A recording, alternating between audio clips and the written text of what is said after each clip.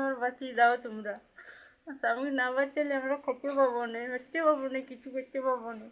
তোমাদের জন্য একটু সাহায্য আমাদের চাই। ভাবতে না পেরেছো? সাহায্য হলে আমরা কী করে বাঁচবো?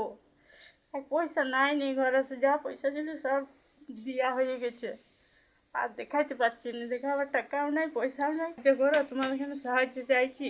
তোমাদের না সাহায্য চাইলে আমাদের স্বামী বাচ্চাকে লাড়বো না, বাচ্চার পর সবাই সাহায্য যদি করতে পারো তাহলে তোমরা বাঁচাতে পারবো, নাহলে আর বাঁচাতে লাড়লেও।